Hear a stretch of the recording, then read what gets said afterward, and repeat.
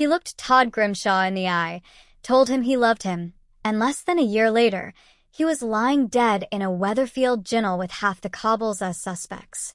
Tonight, we're talking about the fall of Theo Silverton, the man who became Coronation Street's most despised villain in years, and the storyline that has finally, brutally, put him in the ground. If you've been anywhere near Corrie's social media over the past few weeks, you already know this isn't a small story. This is the culmination of one of the darkest, most talked about plots the show has run in recent memory, and it's ending exactly the way so many fans were quietly hoping it would, with Theo Silverton dead and half of Weatherfield breathing a sigh of relief. So let's rewind, because if you haven't been following every twist of this one, you deserve to understand exactly why this death is landing as hard as it is. Theo Silverton arrived on the cobbles in the spring of last year, played by actor James Cartwright, a Bolton-born performer with a long resume that includes the story of Tracy Beaker, a recurring role on Radio 4's The Archers, and a string of theater credits including an award-winning run in the one-man play Raz. Cartwright joined Corrie as a married scaffolder who found himself drawn into a relationship with Todd Grimshaw, played by Gareth Pierce. On paper, it looked like a sweet, slow-burn romance, a man wrestling with his sexuality, finding unexpected happiness with Todd, the kind of tender storyline soaps love to build season-long arcs around. But Corrie writers had something far darker in mind. It didn't take long for cracks to show. Theo's charm curdled into control.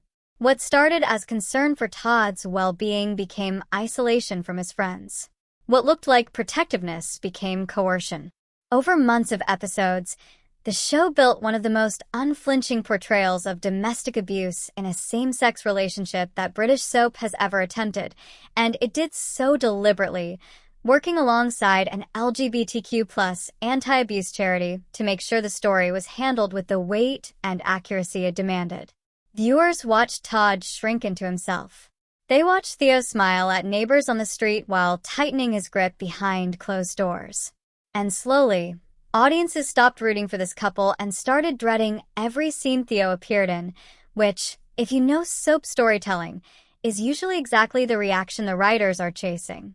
Then came the moment that turned Theo from unsettling boyfriend into full-blown villain, and it happened during one of the biggest events Coronation Street has ever attempted, a historic hour-long crossover with a neighboring soap.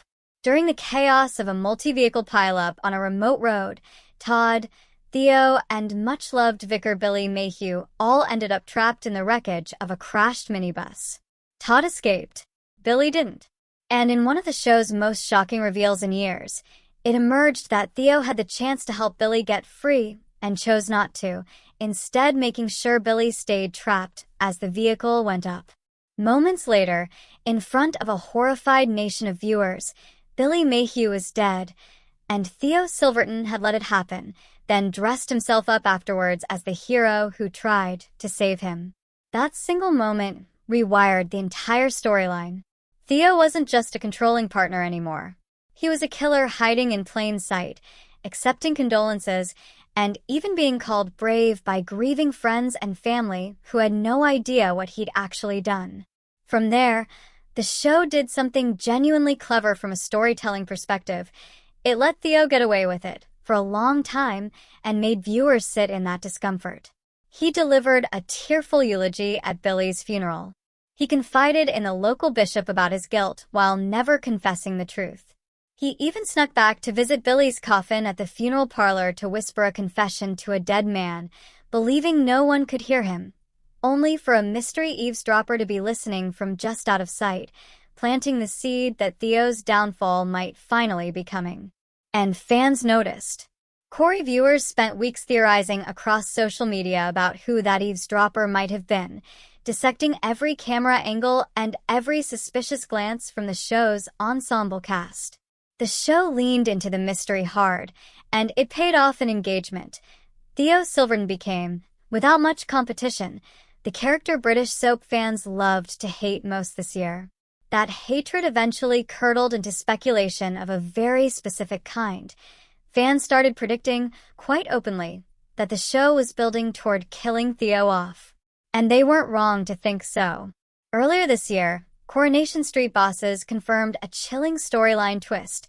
On the day of a big Weatherfield wedding, one resident would die, and Theo was named as one of 5 possible victims, alongside several other characters who'd all been making waves on the cobbles recently. A national daytime show even ran a viewer poll asking the public to guess who it would be, and the results were about as decisive as soap polls get. Nearly half of viewers predicted it would be Theo, well ahead of the next closest contenders. Fans, in other words, had already put Theo on death row in the court of public opinion long before the show confirmed anything officially. And then the confirmation landed. Coronation Street announced that James Cartwright would be exiting the show after a finite, roughly 1-year contract, with a show spokesperson confirming he was fully aware from the start of exactly how long his character's arc would run.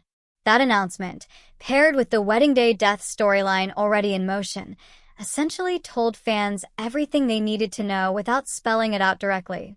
Theo Silverton's time on the cobbles was coming to an end, and given the character's storyline, there was really only one satisfying way for the writers to send him off. The mystery deepened for months. A flash-forward sequence teased a bombshell moment of a resident being interviewed by police after discovering a body, without confirming whose it was. Fans pored over every frame trying to work out who had died and who had done it. Theories ricocheted daily. Was it one of the show's other scheming villains, finally facing consequences? Or was it Theo, meeting the fate so many viewers had been begging for? It was Theo. The show confirmed it in dramatic fashion. His body was revealed as the corpse at the center of the whodunit, sending fans into a frenzy of, finally, reactions across Corrie forums and social media. And the killer's identity turned out to be one of the show's most quietly devastating twists. Longtime cast member Tina O'Brien, who plays Sarah Platt, confirmed on a soap podcast exactly why her character was the one who ended Theo Silverton's reign of terror, a reveal that reframed the entire murder mystery arc as something closer to a reckoning than a random crime. For longtime viewers, there's a real poetic symmetry to that. Sarah Platt has spent decades on Corrie being pulled into other people's chaos, often as collateral damage in someone else's storyline.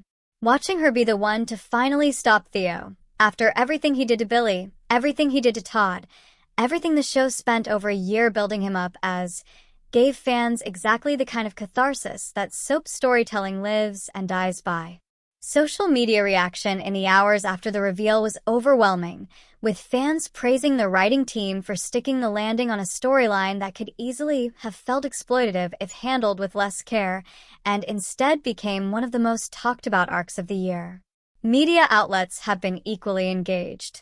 Entertainment press has spent weeks running near-daily coverage of Theo's downfall, from the funeral parlor confession scene to the viewer poll to the eventual reveal, treating it as one of the standout soap events of the year.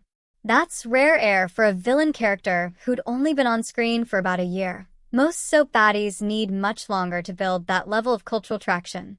So, where does this leave Todd Grimshaw, the character whose entire recent story existed in Theo's shadow?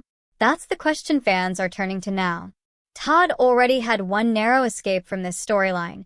The show had already moved him out of Theo's direct orbit before the endgame hit, with Theo unexpectedly ending the relationship himself while still keeping tabs on Todd, suggesting his need for control hadn't gone anywhere even after the breakup.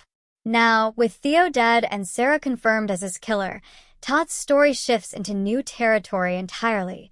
Grief, complicated relief, and the messy process of piecing his life back together after a year of psychological abuse most of Weatherfield never even knew was happening. Expect Corrie to spend real time on Todd's recovery rather than rushing past it. This show has generally handled the aftermath of its darker storylines with more care than most soaps manage, and there's no reason to think this will be different. There's also the fallout for Sarah Platt to consider. Killing Theo, whatever his crimes, is still a killing, and Coronation Street rarely lets that kind of act go unexamined. Expect a slow-burn guilt storyline, the tightening net of suspicion around the street as police investigate, and quite possibly other residents getting drawn into covering for her or getting wrongly suspected themselves. Several other characters were already established as red herrings in the run-up to this reveal, and soap writers love wringing extra mileage out of a good whodunit even after the who is technically answered. And what about James Cartwright himself? With his contracted run on Corrie complete, this looks very much like a clean, planned exit rather than any kind of behind-the-scenes drama. The show explicitly stated he knew his character's arc and timeline from the moment he signed on.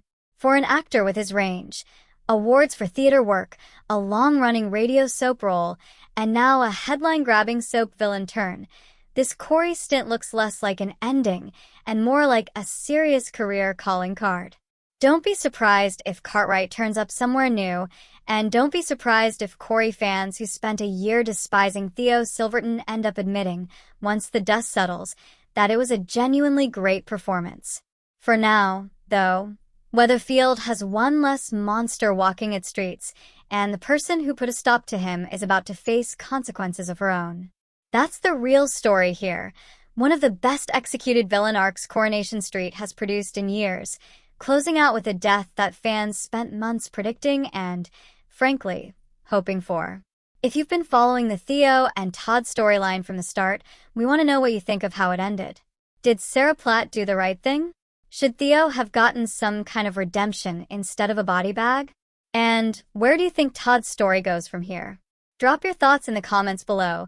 Give this video a like if you enjoyed the breakdown, and make sure you're subscribed for more Coronation Street news, spoilers, and deep dives as this Weatherfield murder mystery fallout continues to unfold.